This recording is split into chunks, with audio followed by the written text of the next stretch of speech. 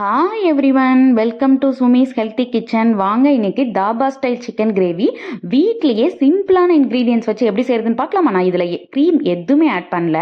இது நீங்கள் பரோட்டா, அப்புறம் நீங்கள் நான், அப்புறம் சப்பாத்தி, ரைஸ் எல்லாத்துக்கும் ஒரு சூப்பரான காம்போங்க. நீங்கள் கண்டிப்பாக ட்ரை பண்ணுங்கள்.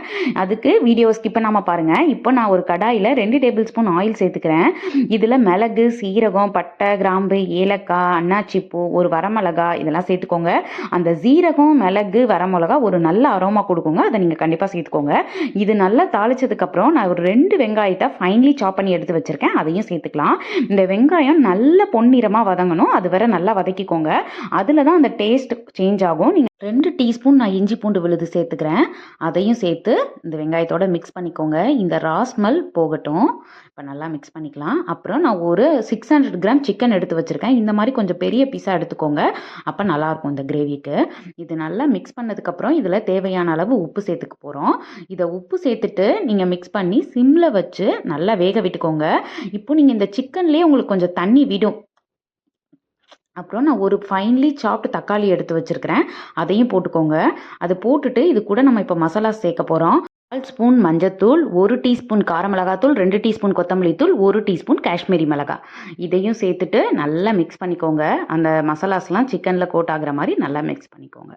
இப்போ பாருங்கள், நல்லா கொதிக்குது சிக்கன்.